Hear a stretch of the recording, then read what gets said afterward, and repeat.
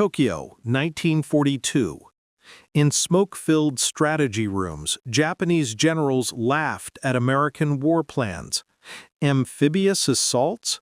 Across thousands of miles of open ocean? Impossible, they said. The Americans, they believed, were soft, too comfortable, too clumsy to fight on distant islands surrounded by coral reefs and machine gun nests. But 2 years later, those same generals watched in silence as one island after another fell. Guadalcanal, Tarawa, Saipan, Iwo Jima, Okinawa. The ocean they thought protected them became a highway of invasion. And by the time they realized the truth, it was already too late. This is how the U.S. Marines rewrote the art of war, one brutal landing at a time. Act 1. Arrogance before the storm. The rising sun ascendant. December 1941. The Imperial Japanese Navy paraded through Tokyo Bay with flags snapping in the winter wind. Officers stood on decks, chests swollen with pride. They had reason to celebrate. In 6 months, they had conquered more territory than Napoleon ever dreamed of. Hong Kong, Singapore, the Philippines, the Dutch East Indies. Half the Pacific Ocean now flew the rising sun. American forces? Scattered, humiliated, running. At Wake Island, a handful of Marines had held out for 2 weeks before being overwhelmed. In the Philippines, General MacArthur fled in the night, leaving 70,000 men to surrender at Bataan, the largest capitulation in American military history. The footage told the story Japanese propagandists wanted. American prisoners, exhausted and defeated, marching into captivity. The scorn of empire. In the Imperial Navy's Staff College, instructors dismissed American amphibious capabilities with a wave of the hand. Lieutenant Commander Chihaya Takahashi wrote in his tactical assessment, "The Americans possess neither the spiritual fortitude nor the technical expertise for sustained amphibious operations across the Pacific. Their culture of comfort has made them weak." They had studied American doctrine. They knew the U.S. Marine Corps had only conducted small-scale landing exercises in the Caribbean. Nothing approached the scale of what would be required to retake the Pacific. The mathematics seemed irrefutable. To land troops on an island, you needed 3-to-1 numerical superiority at minimum. But how do you achieve that across 3,000 miles of open ocean? How do you supply an invasion force when the nearest friendly port is weeks away? The Japanese had fortified their island chains with interlocking defenses. Concrete bunkers, artillery pre-sighted on every beach, machine guns positioned to create crossfire zones where nothing could survive. Let them try, the generals thought. Let them come. The ocean will swallow them whole. The sleeping giant stirs. But in Hawaii, in the shadow of sunken battleships, something was changing. Admiral Chester Nimitz stood over maps in his Pearl Harbor headquarters, plotting a counteroffensive that seemed insane. His staff looked at him with barely concealed doubt. "Guadalcanal," Nimitz said, tapping the map. "We take it, we hold it, and we show them we can fight." The island was barely a speck in the Solomon chain, but it had what mattered: a nearly completed Japanese airfield that could threaten the supply lines to Australia. In training camps across New Zealand and Hawaii, Marines practiced climbing down cargo nets into small boats. The Higgins boat, a simple plywood craft with a front ramp, was their only ticket to shore. They had never used them in combat. No one had tested the radios under fire. The doctrine was written in peacetime by men who'd never seen a beach under artillery fire. One Marine corporal wrote home, "We're supposed to hit a beach next month. Half of us don't know if the boats will even make it to shore, but I guess we're about to find out. The training was frantic, chaotic, desperate, but it was training nonetheless. And the Japanese weren't training at all. They were celebrating victories they assumed would last forever. Act 2. Guadalcanal. The test. 6:00 hours to 1300 hours. Dawn, August 7th, 1942. The darkness before dawn hung over Iron Bottom Sound like a held breath. 11,000 Marines crowded into transport ships, their faces pale in the red battle lights below deck. Most had never seen combat. Some were teenagers who'd lied about their age to enlist. They checked their rifles obsessively. They wrote last letters. They vomited into buckets as the ships rolled in the swells. At 6:13 hours, the naval bombardment began. Cruisers and destroyers unleashed everything they had at the jungle-covered ridgelines of Guadalcanal. The thunder rolled across the water. Fire bloomed on the hillsides. Then, silence. Away all boats. The Higgins boats dropped from the davits, smacking into the waves. Marines scrambled down cargo nets, weighted down with 60 pounds of gear. Some fell, some drowned before they ever reached a boat. The coxswains opened throttles. The invasion was on. Chaos on Red Beach. What they found wasn't what they expected. The Japanese construction crews, engineers not soldiers, had fled into the jungle at the first sound of shells. The beach was empty. The half-built airfield was deserted. For 30 minutes, the Marines couldn't believe their luck. They'd expected hell. They'd gotten an abandoned construction site. But that luck wouldn't last. The supplies that never came. Within hours, the operation began to unravel. The cargo ships, spooked by reports of Japanese bombers, pulled out early. They took 80% of the Marine supplies with them: food, ammunition, medical equipment, radio batteries. On the beach, crates of supplies sat in the surf where they'd been dumped haphazardly. Some contained winter coats. In the tropics. Some contained typewriters. Some contained nothing but packing paper. There was no plan for this, no doctrine for sorting through chaos while enemy planes circled overhead. Major General Alexander Vandegrift, the commander, stood ankle-deep in salt water, watching his carefully planned invasion dissolve into improvisation. He said, "We'll make do. We always do." The nightmare begins. August 12th, midnight. The rain fell in sheets, turning the jungle into a black maze. Marines huddled in shallow foxholes, their rifles slick with mud. Then they heard it. Voices in the darkness. Hundreds of voices. Chanting, screaming. Japanese reinforcements had arrived under cover of darkness, delivered by destroyers that came and went before dawn. They came in waves, bayonets fixed, officers waving samurai swords. The Marines fired blind into the tree line. Muzzle flashes lit up faces twisted in fear and determination. Men killed each other at arm's length. The jungle amplified every sound. Screams, gunfire, the wet thump of bodies falling. By dawn, the Japanese assault had broken. Bodies lay tangled in the barbed wire. But the Marines knew the truth now.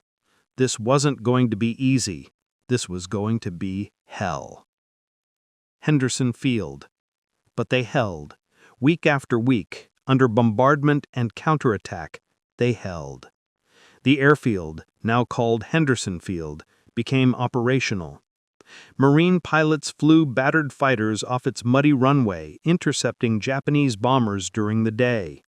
At night, Japanese destroyers, the Tokyo Express, would race down the slot, bombarding the airfield and landing reinforcements. The Marines learned to dig deeper, to sleep in shifts, to survive on half rations and adrenaline. A Marine private wrote in his diary, "We learned fast, or we died fast. There was no third option. The Japanese didn't understand what they were seeing. Their intelligence reports spoke of American forces on the verge of collapse.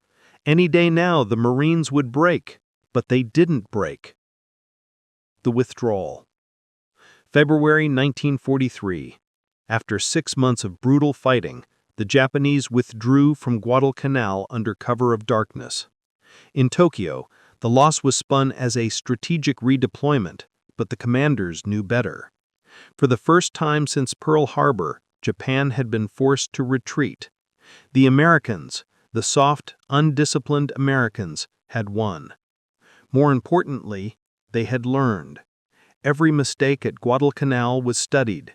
Every failure was analyzed. The Marines compiled after-action reports hundreds of pages long, breaking down what worked and what didn't. The next landing would be different. The next landing would be worse. Act 3. Forged in Blood, Tarawa. 1,300 hours, 2,000 hours. The Perfect Fortress. BTO Island, Tarawa Atoll, November 1943. From the air, it looked like nothing, a thin strip of coral and sand barely 300 acres in size. You could walk its length in 20 minutes. But Admiral Keiji Shibasaki had turned it into a fortress.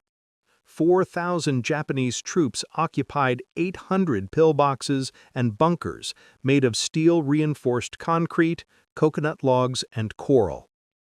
Every inch of the beach was pre-sighted for artillery and machine gun fire. Shibasaki told his men, 1,000,000 Americans could not take Tarawa in 100 years. The Americans gave themselves 3 days. D-Day, Tarawa, November 20th, 1943. The pre-landing bombardment was supposed to destroy everything.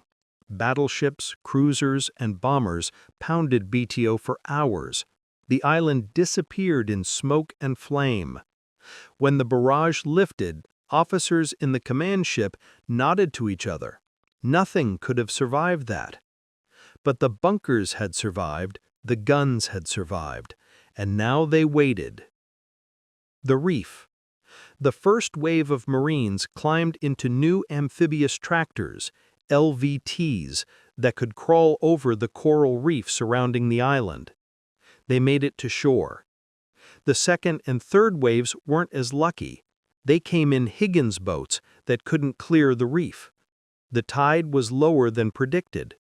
The boats grounded 700 yards from shore. The Marines had a choice: stay in the boats and die, or jump into chest-deep water and wade through 700 yards of machine gun fire. They jumped. The water churned with bullets. Men fell face first into the lagoon, their packs dragging them under. Some made it 50 yards, some made it 20. Some never made it at all. One platoon of 45 Marines took 42 casualties before reaching the beach. The beach itself was no refuge. It was a 3-foot seawall made of coconut logs, and beyond it, the Japanese bunkers were still intact, their guns still firing. 76 hours. For 3 days and 3 nights, Marines fought bunker to bunker, yard by yard. Flamethrowers, satchel charges, grenades thrown into firing slits. When explosives didn't work, they sealed bunkers shut and moved on. The heat was unbearable. Bodies swelled in the sun. The smell became part of the air you breathed. Combat correspondent Robert Sherrod, who landed with the Marines, wrote, "I've never seen such faces. These men had looked at death so long they had forgotten what life was." By November 23rd, the island was secure. Cost: 1,000 Marines dead, 2,000 wounded. An island 1 mile long and 500 yards wide. The American public reacts. When footage of Tarawa reached the United States, the nation recoiled in horror. Newsreels showed beaches carpeted with bodies. Letters to Congress demanded to know why so many men had died for a tiny island no one had ever heard of. But the military learned different lessons. They learned that pre-landing bombardment needed to be longer and more accurate. They learned that tides and reefs had to be scouted obsessively. They learned that LVTs were essential, and they needed hundreds more. Most importantly, they learned that Japanese defensive doctrine was predictable. The bunkers were always positioned the same way. The firing patterns never changed. The Japanese had built their perfect defense and then stopped innovating. The Americans, meanwhile, were just getting started. Tokyo's disbelief. Intercepted Japanese communications told a different story than their propaganda. One staff officer wrote, "The American landing at Tarawa demonstrated tactical capabilities we did not believe they possessed. Their use of specialized amphibious vehicles, coordinated naval gunfire, and continuous reinforcement under fire suggests a level of preparation and adaptability that contradicts our previous assessments." Another report was more direct. "We may have underestimated them." But the die was cast. The Japanese strategy was to dig deeper, build stronger bunkers, fight to the last man. They would make every island cost more than the last. They didn't realize the Americans weren't trying to avoid casualties, they were trying to learn. And with every landing, they learned faster. Act 4. The machine advances. 20 minutes to 26 minutes. The island-hopping juggernaut. By 1944, the American war machine in the Pacific had become something the world had never seen. Saipan, Peleliu, Leyte, Iwo Jima, Okinawa. Each name marked another step closer to Japan. And each assault was more efficient, more coordinated, more unstoppable than the last. At Saipan, 70,000 Marines and Army troops landed across 8 beaches simultaneously. A floating logistics network supplied them with everything they needed: food, fuel, ammunition, medical supplies, delivered to the beach within hours of request. What once took weeks now took days. What once seemed impossible now seemed routine. The Seabees War. Behind every landing was an army of engineers, the Navy construction battalions, the Seabees. They built floating causeways that let trucks drive directly from ships to shore. They constructed instant harbors from pontoons and steel. They bulldozed jungle airstrips into operation while bullets still flew overhead. On Tinian, Seabees had a bomber one-way operational 36 hours after the Marines secured the island. Within weeks, B-29 super fortresses were taking off to bomb Japan itself. The Pacific Ocean was no longer a barrier. It had become America's highway. Precision and brutality. The doctrine was perfected now. Every landing followed the same playbook. Naval and air bombardment, days, not hours. Underwater demolition teams, Navy frogmen, scouted beaches and cleared obstacles before the first wave landed. LVTs delivered the assault troops directly to shore. Artillery and air support responded to requests within minutes. At Peleliu, a single Marine forward observer called in naval gunfire from a battleship 12 miles offshore, dropping 15-inch shells on a Japanese bunker with terrifying accuracy. The coordination was mathematical, industrial, relentless. But it was never easy. It was never clean. The cost of mastery.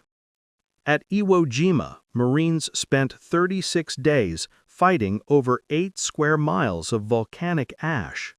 Every yard was earned in blood. 70,000 Marines landed. 27,000 became casualties. The Japanese had learned to dig deeper. Three-story bunkers connected by tunnels, invisible from the air, impervious to bombardment. But the Americans had learned to be patient, to burn them out, to bury them alive when they had to. Victory was inevitable now, but that didn't make it any less terrible. A Marine corporal on Iwo Jima wrote to his sister, "We win every battle now. We've gotten good at this. But I don't feel proud anymore. I just feel tired, so tired." The Japanese perspective. In Tokyo, Imperial headquarters received reports that read like obituaries. Enemy forces landed at 7:30 a.m., island defenses overwhelmed by 1,400 hours. American amphibious coordination now exceeds all previous estimates. Recommend immediate. Recommend what? There were no recommendations left, no strategies that hadn't been tried and failed.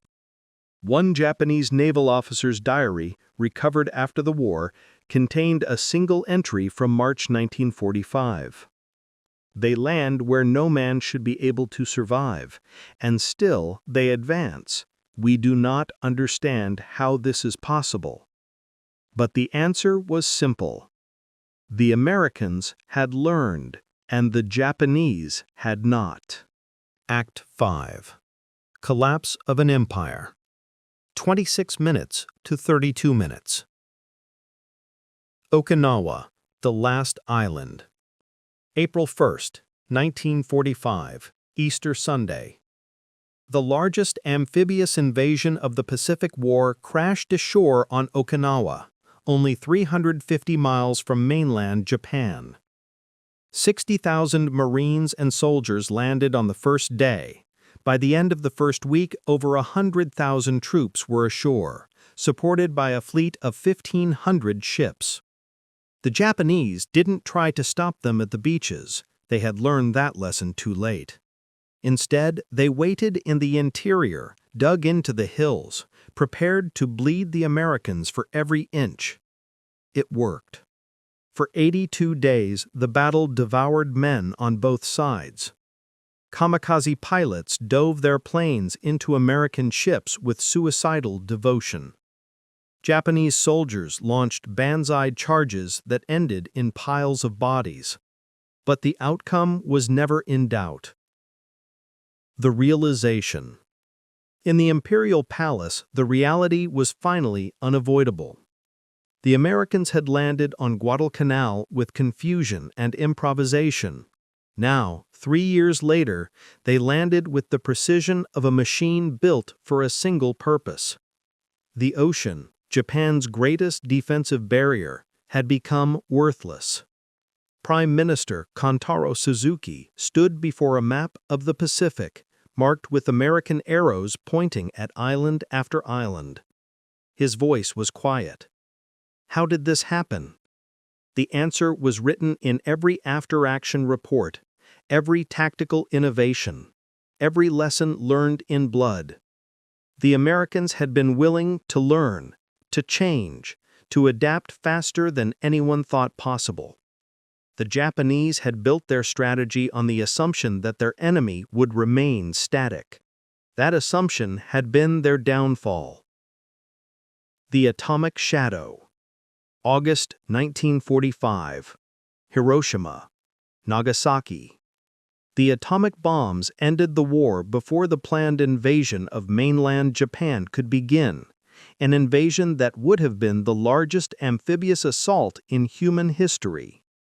Operation Downfall called for landing 5 million men on the Japanese home islands. The doctrine was ready, the ships were ready, the Marines were ready. They never had to go.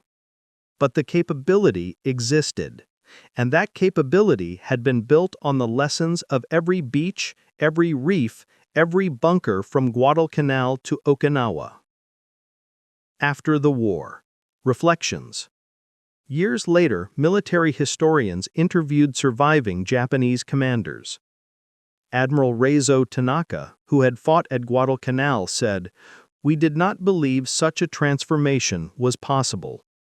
We thought the Americans would give up after the first few defeats. We were wrong about everything.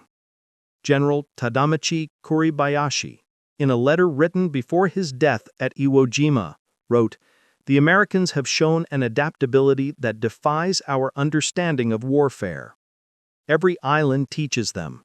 Every battle makes them stronger. We fight the same way each time. They never fight the same way twice." The legacy. The U.S. Marine Corps emerged from World War II as the world's premier amphibious warfare force. The doctrine they wrote in blood became the template for every nation's military. The Higgins boat became a symbol of American ingenuity. The lessons of Tarawa were taught in every military academy on Earth. But the cost was etched in stone. Memorials on islands across the Pacific carry tens of thousands of names, boys who learned to storm beaches and never came home.